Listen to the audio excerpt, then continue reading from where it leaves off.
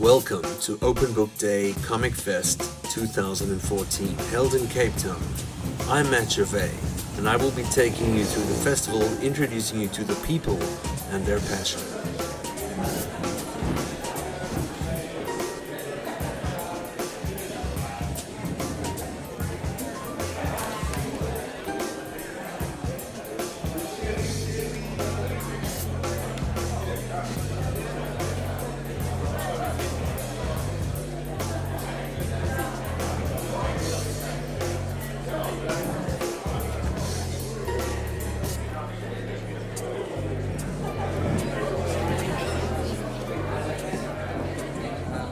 We're at Comics Fest as part of the Open Book Festival. I'm the organizer of the comic book side of things. My name's Moray, surname's Rhoda.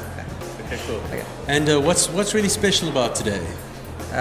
The big thing is that we've got all kinds of South African comic books, including zines, including fantasy sci-fi, including black and white comic books, the smallest comic books, the biggest comic books, and we also have a lot of local illustrators with their poster artwork, postcards, everything artistic and cartoony is downstairs. Okay. And it covers 2 days, and there's quite a lot of people that have come in here. Are you quite happy with the event, and how do you feel about that? Yeah, turnout's great. Better than last year, I think. A lot more people coming through the doors. I think as the day progresses, even more people will pitch up. We also have all the panel talks and things. We've got a big one on today. Sean Isaacs, a local artist, is working with international company Action Labs. And Mike Carey has done work for DC, Marvel, Image, and somebody else, Boom Studios. He's currently doing Suicide Risk for them. They'll be in conversation today, so hopefully a lot of people turn up for that.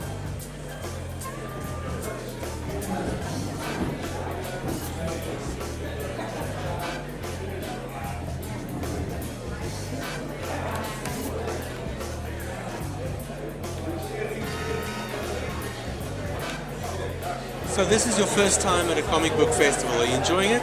Yes, very much. We'd love to come again. Okay. I see you bought some comics. Tell me a bit about what you bought. Well, it's about Cape Town being surrounded by water, and it's different. I've never. Well, it's actually about the wall being flooded, but Cape Town is the only place that survives. That sounds pretty interesting. What else have you seen here that you really like? The books. And the people. Yeah. And the artwork is amazing. I've never seen artwork like that. Exactly. It the looks so pictures real. and the caricatures. The colour. And how friendly people are, and just like it's like a whole new world. It's like you're in a different place. You're not in Cape Town anymore. You're in like some art gallery in London. My name's Archie Birch, and I'm the creator of the #1 game comic book. Oh, that's awesome. I see it's about Cape Town. That looks really brilliant. Tell me a bit more about that. I first had the concept maybe 10 years ago or so, but since then I've discovered a lot of other people have had the same kind of fantasy of Cape Town being a separate island from the rest of the coast. And, in some ways maybe people experience Cape Town like that, but also visually, you can sometimes look across like from Blouberg or from the Cliff Pass and with cloud or early morning, you actually can't see what's between the city and the rest of the country. So that was the starting point, but I think it's also kind of a, like a metaphor, something that you can do with futuristic comics, kind of take that as an idea and turn it into reality.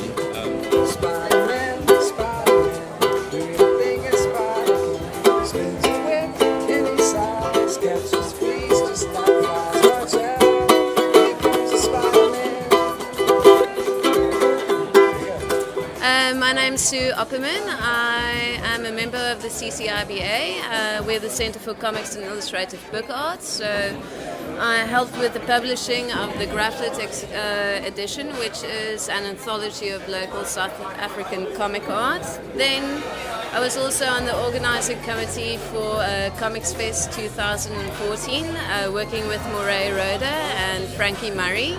And it's just been absolutely amazing helping to put all of this together, yeah. I've seen some very excited people here with all the comics and books and so on. How long have you been involved in this industry for? Not actually very long. I've always had a fascination with comics as a young age, but like I grew up with X-Men, Marvel comics, but then I went into fine art and things had a tendency to get a little bit darker. So I really do straddle the bridge between fine art and comic narrative. So I prefer to see myself as a fine artist that on occasion does comic art. Story is my first love. I'm Nizar Abrams and I'm the co-owner of Reader's Den Comic Shop. We've been around since 1992, Cape Town based, and recently expanded with 2 stores, but just loving what we're doing for the last 22 years. I'm Vincent Sammy and I'm basically the creator of Echo Gear. Okay. And I'm a freelance illustrator as well. That's very cool. Tell me a bit about Echo Gear. Well, Echo Gear is a story that I basically put together from all the things that I like, and I wanted to see all of it together in one book. So I came up with the concept of actually creating a book that is almost told from a perspective of somebody waking up from an insomnia and then having amnesia and having to piece together the bits of what they still remember between what's real and what was dreamt and what's nightmares, and then that is the bits that you see, and within that there are clues as to what's going on, and the reader basically has to figure out what is going on. I'm a comic book artist and an illustrator. I freelance for illustration and art, mostly for the film industry, and comics is what I like to do for fun. That's very cool. Tell me a bit about your book. My book is very crazy. It's about a little girl who finds a giant sword. Finds a sword that can kill giants. It's a sword bigger than her, and she goes out and does exactly that. Starts killing giants. That's very cool. And how long have you been doing this for?